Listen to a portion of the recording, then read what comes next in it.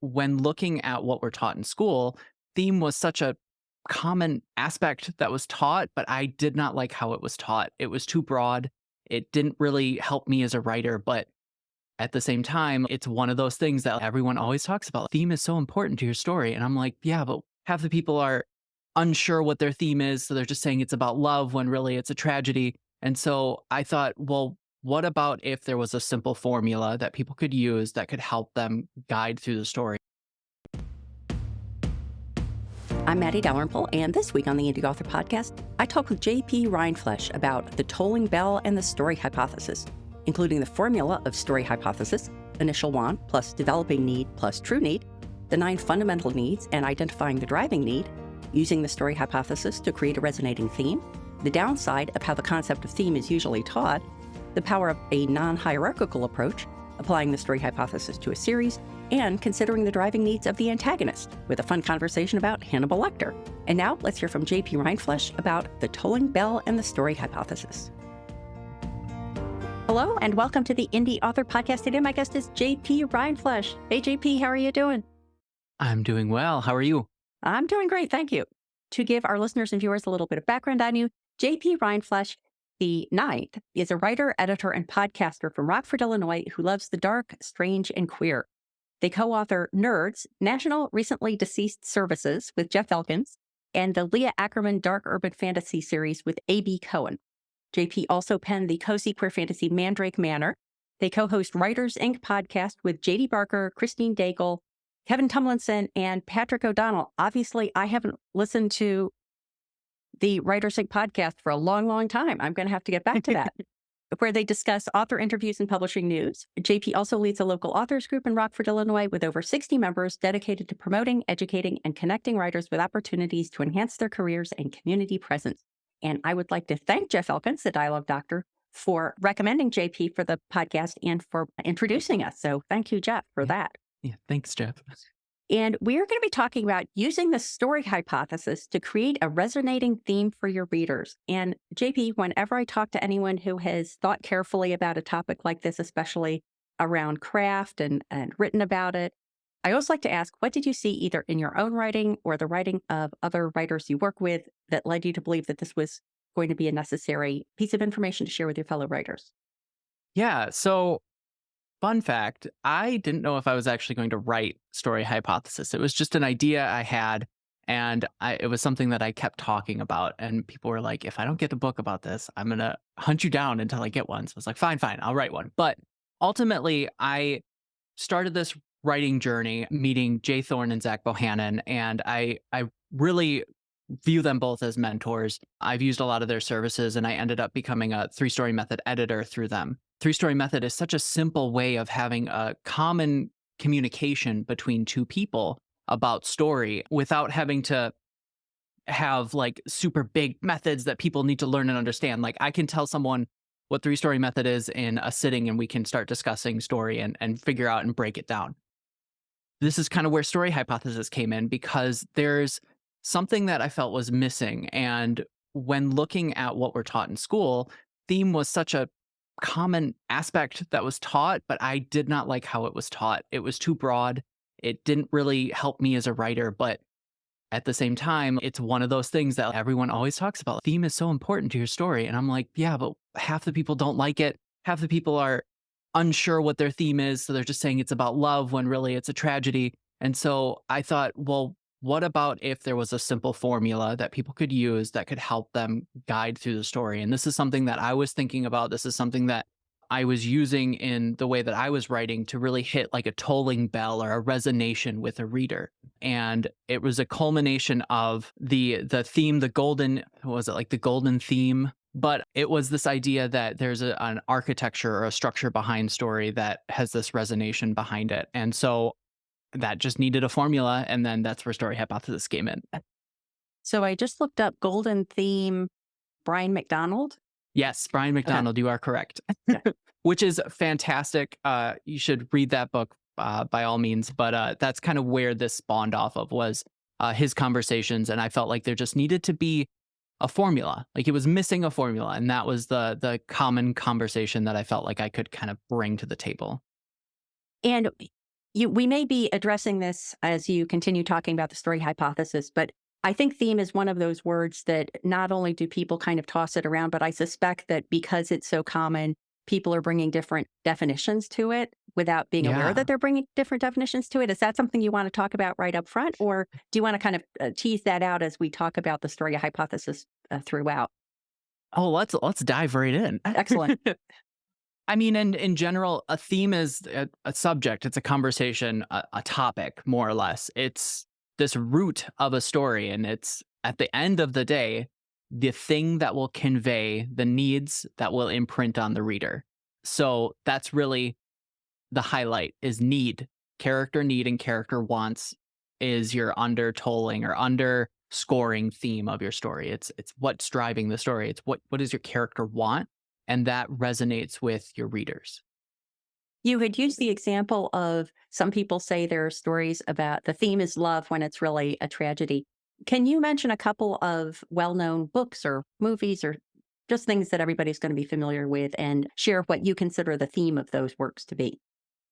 Yeah, I mean, so talking about story hypothesis, I kind of want to take a step back to explain a couple of things before hopping right into that. But the formula for story hypothesis is a character's need for their initial want leads them to fulfill their true need by developing their developing need. It looks at three things that develop throughout the story: what a character thinks they want at the beginning of the story, what's kind of driving them forward, this underscoring development throughout the story, and then that actual thing they need to attain by the end of the story.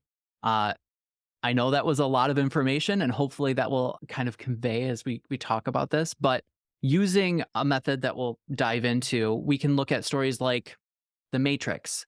And with The Matrix, at the beginning of the story, Neo doesn't know what the Matrix is, but it's this thing that he has been dying to know what it's about. We kind of jump in where he's been this hacker and he's been hearing grumblings about this thing, and he just wants to understand. Understanding is that need that he's been desiring to know. But as the story develops, that need for understanding turns into a need of who am I within the matrix? Because as we learn throughout the story, Neo, anagram for the one, is this basically a savior character.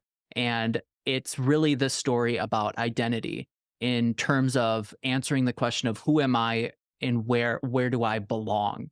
And those are the needs that really pull on people. It's the thing that resonates within the story is understanding the world around you and then understanding who you are in that world. You had mentioned the three questions or parts of the formula: the initial want, the developing need, and the true need. And then the other aspect of it that I thought was very interesting is this idea of fundamental human needs. And you're Yeah. tapping into something called the max needs, nine fundamental Hmm. needs. I'd never heard of that before. I'm familiar with Maslow's hierarchy of needs, Yeah. which I think is probably like what everybody learns either in college psychology or in some class in the corporate world. But can you talk about that idea of how the fundamental needs work in with the story hypothesis and why you tapped into this max Neef model rather than something else like Yeah. Maslow's hierarchy? Yeah. So there's actually like a whole chapter on how much I dislike Maslow. And at the end of the day, it's hierarchical structures are limiting factors when it comes to being a writer. When you look at something like Maslow's hierarchy of need, it's all about self-actualization, about a person hitting these levels of needs, moving up this ladder until they are an individual self-actualized. Unfortunately, that doesn't represent all cultures around the world. And so when personally, when I was trying to use this hierarchical need in storytelling, I found that I was missing out on something if I wanted a culture that didn't represent this sort of thinking because I would have to shoehorn in how needs fulfilled. So let's look at a culture that praises communal efforts. That's not self-actualization. That's not how a pyramid's going to work for them. So how could I do that? And this involved a lot of conversations with a lot of different author friends. But at the end of the day, Max Neef, it's 9 fundamental human needs. None are really hierarchical of each other. The one you could argue as a base level need is subsistence, which is the need for food at the end. That's what it is. Obviously, if you don't have food, you're not going to be able to, have identity and whatnot. But what it does in terms of storytelling is it allows you to no longer have to fit your ideas and your thoughts of a character wants and needs into a hierarchical structure. You can pull on different ones and create different stories. So you could write a story about a starving artist that is creating something gorgeous and wonderful and something that goes and transcends humanity because that's a way that these needs would function that Maslow's technically doesn't because that character is starving. That character isn't able to, under move up that ladder of pyramid because they don't have their basic physical needs. Oh, interesting. So I'm just going to read through the nine. I did a little Mhm. Googling before our conversation. So Good. subsistence, protection, affection, understanding, participation, recreation, creation, identity, and freedom. So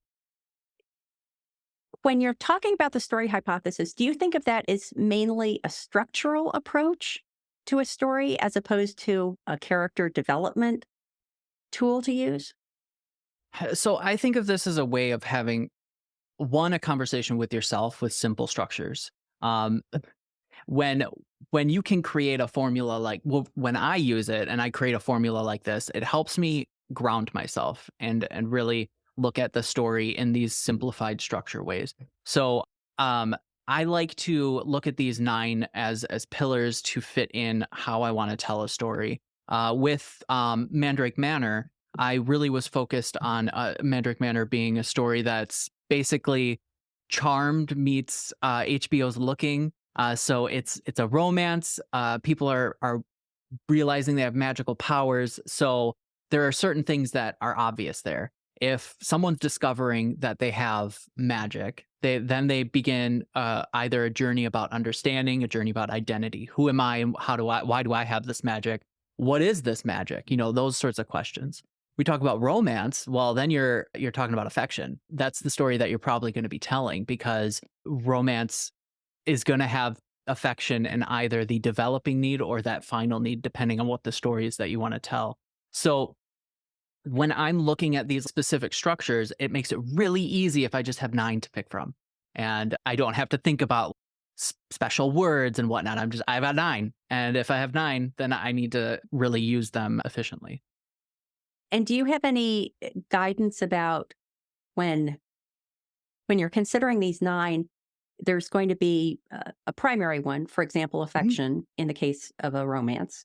And then do you kind of check the story to make sure that you're hitting all the other needs, or is trying to hit all of them? Oh, Overkill. yeah. So there are 9 needs, and the story hypothesis for a standard novel has 3 that we pick from.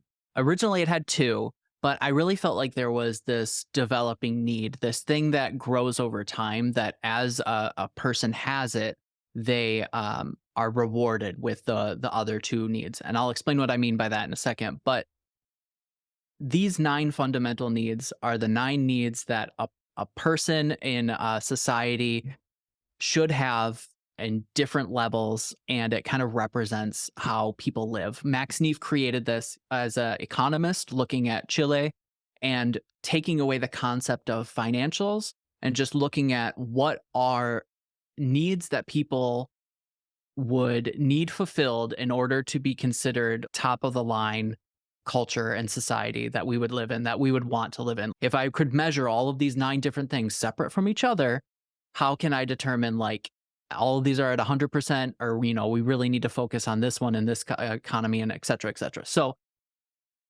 technically, a human being would have all 9 of these in different meters. When we tell stories, if we over encumber our readers with these 9 needs, then it's not really a story that resonates.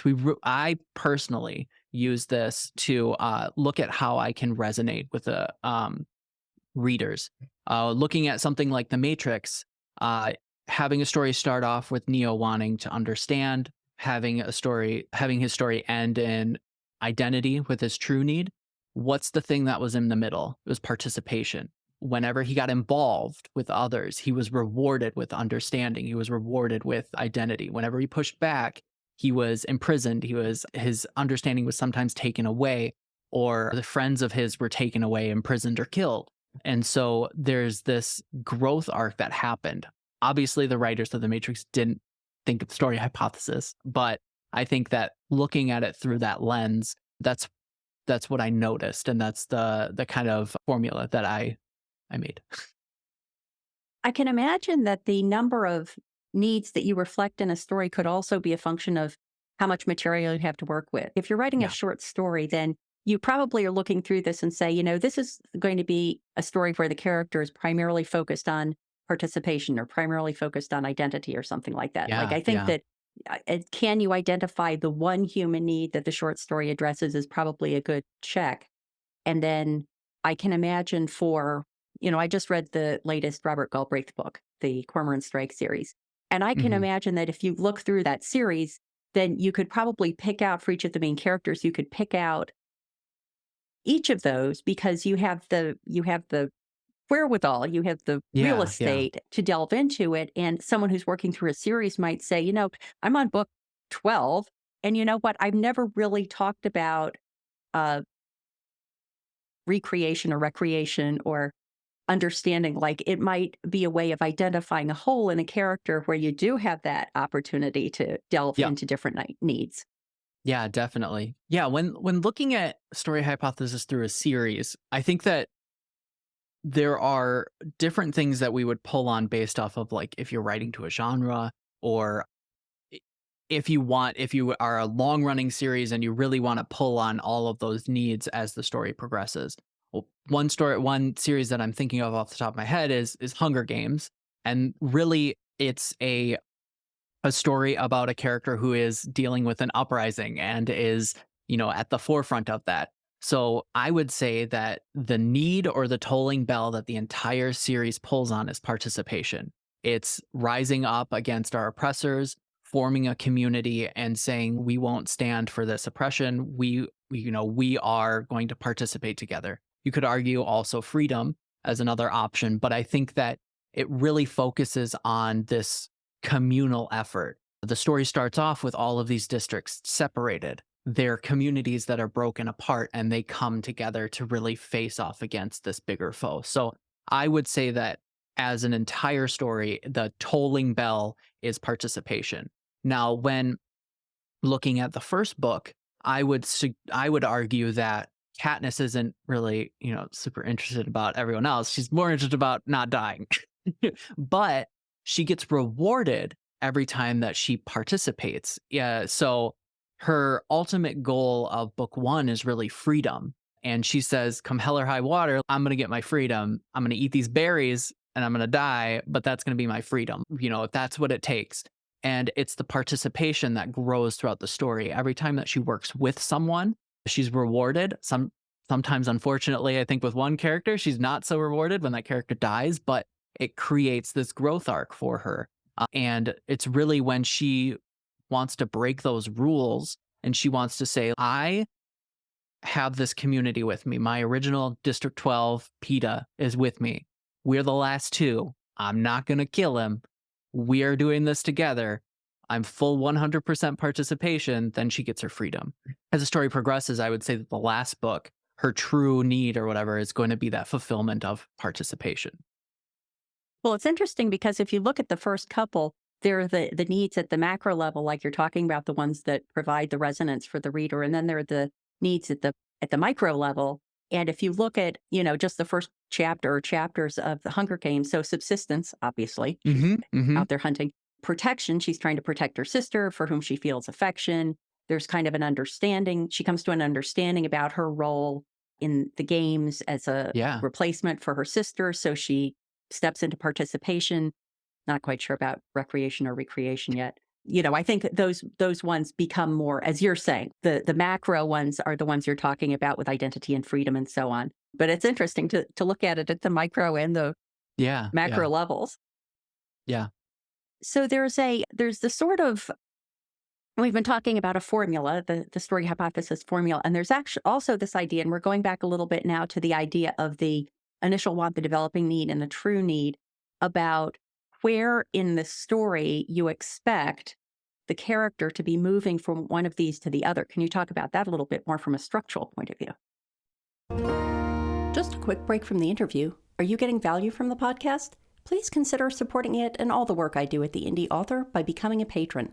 To pledge a monthly contribution, go to patreon.com/the Indie Author, or to make an occasional contribution, perhaps to indicate the value that a specific episode or resource provided to you on your creative voyage, scroll to the bottom of any page at theindieauthor.com and click Buy Me a Coffee. And now, back to the interview. Let me just grab this really quick because I did create something for Silence of the Lambs because I thought that would be fun to talk about. Woohoo! As one decides. But I think when looking at something like Silence of the Lambs, we could argue a story hypothesis along the lines of Starling's need for understanding leads her to fulfill identity by developing participation. Taking a step back, I think that we're in a state where Starling needs to understand the mind of a serial killer. That's really the kind of goal at the beginning of the story. Her identity is less of a who am I as much as a am I good? Am I good enough? Am I a good cop? Am I, all of these sorts of questions. And then developing participation. I think in the terms of this story, it's participation with a level of wariness. It's agreeing to be involved with working with a serial killer, Hannibal Lecter, in this sort of participating with what he wants without giving too much. If she gives too much, she runs in danger, so much danger in many cases. But we can see this throughout the story, and I have some different types of scenes, like a resistance scene at the beginning. She's hesitating to engage with Hannibal Lecter. She's worried about those dangers that are going to happen. And because of that, because she's not participating, he's not going to give her answers. She's not going to understand. So you can see how by her not participating, she won't understand. That's that core need. That's that initial want that she has. She has some failures because of that, because she's struggling with how much does she participate. Sometimes it's too much, sometimes it's too little. And so we see these failures that develop throughout the story. And then she has maybe a misunderstanding where Lecter's clues lead Starling astray from the investigation because she's misinterpreting what he is trying to tell her. And then we have these transformations. So Lecter is reshaping Starling's understanding of Buffalo Bill and what his capabilities are. So that's when she has that breakthrough of her understanding. And now she needs to really shift into this focus of what her true need is, which is to be the good cop that she's meant to be, even when she gets all this pushback from all of the other cops, because you're working with Hannibal Lecter. What are you doing? Like, we're the good guys. And she's like, no, but I have all these answers that I need. And so I think even in the way that this story is told, when we have this ultimate ending, if this was a story about like participation or something where the true need was participation, especially with other cops, I think that twist that happens where Buffalo Bill hears knocking at the door and we see the police knocking at a door, and the twist is that it's actually Starling that's at the other end of Buffalo Bill, that we would have seen something different, that we would have seen her bring the cops with, but her true need being identity. And her true need answering this question of, am I myself? Am I the good cop? Am I the one that can get this answer? Can I prove to these other cops that I am as good as them? That's why that twist works so well, because she's alone, but she's fulfilling her needs. And so that's kind of how looking at, a revelation or a confrontation is the scene I'm talking about, the climax scene where she has all of these skills that she's been participating, she understands, now she's ready to confront so that she can prove. And then we have that resolution at the end where she truly is a competent FBI agent. Yeah, so that's kind of like how I would use these scenes, or how I would expect to see a story flow using those three needs for Hannibal Lecter, or for Silence of the Lambs. Well, it is interesting as you were talking. Any conversation about Silence of the Lambs, I think, brings up the very interesting consideration of Hannibal Lecter as a character, and this idea that you can pick someone who's, objectively speaking, the worst person ever. And yet the author makes him compelling, even empathetic sometimes. And is there a different spin that you take if you're assessing the villain against the human needs? Like, how would you apply the needs to Hannibal Lecter? And we could do like funny subsistence comments right off the bat.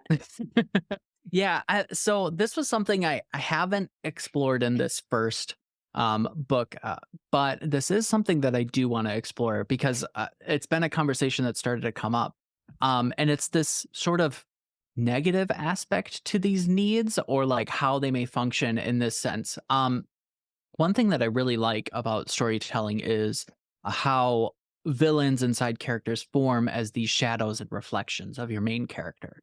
So in the sense that Starling has this need for understanding and this need for her identity and participation, Hannibal Lecter has these corrupted versions of those. He wants to understand Starling, and less so about himself, but more he wants to, he has this weird desire to just pick people apart. Like physically, but also mentally. Like he Yeah. just I think his one of his strong desires is just to know how other people function. And you can really see it's this sort of understanding of other people's identities. It's less about him, more about other people. And so yeah, I don't have a full answer, but I think that it falls within the lines of these corruptions of the needs or these other versions of them. An example I can think of that isn't exactly for Silence of the Lambs, but whenever looking at things like Rising Up stories, Hunger Games, where we have this like participation as a form of good, participation can also be a form of bad, more or less. If you're looking at participation as participating in a community where you have a voice in that community, what's a negative aspect of that? Being a dictator, being someone that's, leading a cult, all of these things where you might be fulfilling your own need, but you're like absorbing the need of others because you're kind of this nexus of that need. And so I think that there's a fun thing to play with in there that I don't have it fully set yet. I'm going to ask one more question about Hannibal and the human needs. So one of them is freedom. So on a very Mhm. obvious level, freedom is a need that he has. It's a goal he achieves. It would you consider that as applied to Hannibal Lecter that freedom is in fact the primary human need, or is it one of those ones where it's only superficially the human need and there's a more meaty, so to speak, Yeah. need that he has achieved by the end of the movie? I wonder because I see this underlying need for freedom. But at the same time, I feel like everything's kind of a game, you know? So what if he's in prison? He'll get out eventually. It's less of a he's just waiting for the opportune time to really show his mastermind. I think his desire or need is to prove that he is what everyone thinks he is. And that almost makes me think that his need is identity all the time. It's a corrupted form of I am the monster that you think I am sort of thing. And using that identity as a means of manipulation to get what he wants. Yeah. I do kind of feel as if there's a part of Hannibal that is. So does he end up on the beach at the end of the first movie, or is that in a later movie? I think I'm pretty sure it's the first movie, Okay. but I haven't seen it in a while. So at whatever point he ends up on the beach, spoiler alert, there's a part of me that thinks that he's kind of missing having his visits from Clarice. Like Yeah. the upside of prison for Hannibal Lecter is he's going to get to talk to the most fascinating people. Whereas, on the beach, he can drink his drink, he Yeah. can look at the water, but what's the fun there? Exactly, which that's what leads me to question, Yeah. is freedom the true need, or is that just the thing that happens because he's fulfilling these other bits? Looking at House of the Cerulean Sea, if that works for you, we have something like Linus's need for identity leads him to fulfill affection by developing understanding. So those are taking the three needs of identity, affection, and understanding. We really start off this movie, or not movie, but book, with Linus not he knows who he is, but he's not really fulfilling that identity. He's really unhappy, just doesn't like his job. He's just kind of going through the motions or the expectations of everyone. I mean, the book starts itself off with um, things being very drab, gray, dark. It's not a very happy place that he's in. His true need in this story is affection. He meets somebody that he's investigating more or less, but by the end of the book, it's really about this drive to have love, not only from this main head of this orphanage, but also the children that are there as well. It's this sense of belonging and love and affection, and it's this understanding of his role as a person throughout the story. So I like to write out the formula, and then I like to reshape it into something that makes sense to me, or like something that I actually want to use as like a quote unquote mantra. So if I were to be writing House on the Cerulean Sea and I had developed a story hypothesis at the beginning of the story, I might say something like, by embracing our true identity, we begin to understand ourselves more, paving the way for genuine affection and love. So I can use a mantra like that to really have it somewhere. When I was writing Mandrake Manor, I had it on a whiteboard over here and I would just see it every day. I didn't really stop, pause, and think. It's just something I saw. And then I would just be like, oh, yeah, that's why I'm writing this, because I'm trying to tell a story about affection, more or less. And so if I were writing this one and I was looking at this and I was saying, every time that Linus gets closer to his true identity, he understands himself more. And then he can open himself up for affection and love. So as I'm writing the story, I need him to hit these little notes where he's getting closer to himself, understanding who he is, understanding the people around him and not really imposing judgment on them. And then all of those steps along the way will get him closer and closer to affection and love. There's going to be downfalls because that happens. Stories aren't linear, they're jumpy, and that happens. But that's kind of why I use this mantra as like a tool to kind of set aside and just think about as I write story. Got it. So, do you think that that writers should go into writing a story with the idea of their formula in mind, or can writers eventually get to the same endpoint if they start writing and then they look back at a first draft and they say, "Oh, I see what's going on here," and then they use that formula to what's the word I want? Solidify what they're trying to Yeah, achieve. yeah. So I used story hypothesis when I was drafting Mandrake Manor, but I used story hypothesis when I was revising Nerds. I hadn't used it before, and then I looked at it and I questioned what our hypothesis was, and I just kind of made sure that certain scenes, were a little bit shaped in the hypothesis that I wanted it to be in.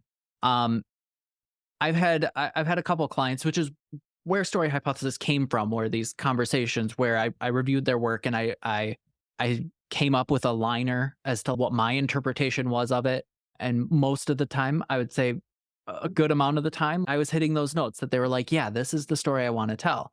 And so I would say, well, this scene, 30% of the way through, you have a character that is making this choice in this scene, but you have a hypothesis over here that doesn't really match that. If they're trying to embrace their true identity, but they are, let's say in this scene, there's no danger of it, but they are not embracing that true identity, that they're doing something cruel in this scene, then it would really lead me to question, is this the hypothesis that you wanted in the scene? Is this why the scene doesn't work?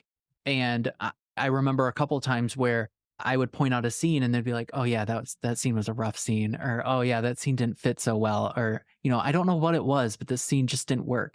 So then we take a step back and be like, "Well, if this was your hypothesis, is there a different choice that your character could make in this scene that would flow better?" We'd have that conversation, and almost always there was just one little thing that needed. All of that to say, I think story hypothesis can be used whenever. I think it's a I I mean, I made it, but I think it's a great tool when when using something in terms of revising, especially with conversation. It's one of the reasons why I like it is because you can use these structures that everyone understands. If I tell you Max Neef, 5 minutes later, the 9 needs, you're good. Then we can have that conversation. So that's yes, ultimately yes. Well, I think I'm seeing also why you object to the idea of a hierarchy, because I think in a hierarchical structure, all the stories would be going from a lower level to a higher level. They Yep. start out starving, but when they're done, they're all self actualized or whatever. Yeah. And you could see, perhaps you could shoehorn the Hunger Games into that, I think. But I think it limits, like you can imagine a story where you want to go from participation to protection or something like that. I don't know that the storyline isn't always going to be going from more foundational to more actualized or whatever. Is Yeah. that part of why you don't like the idea of the hierarchical approach?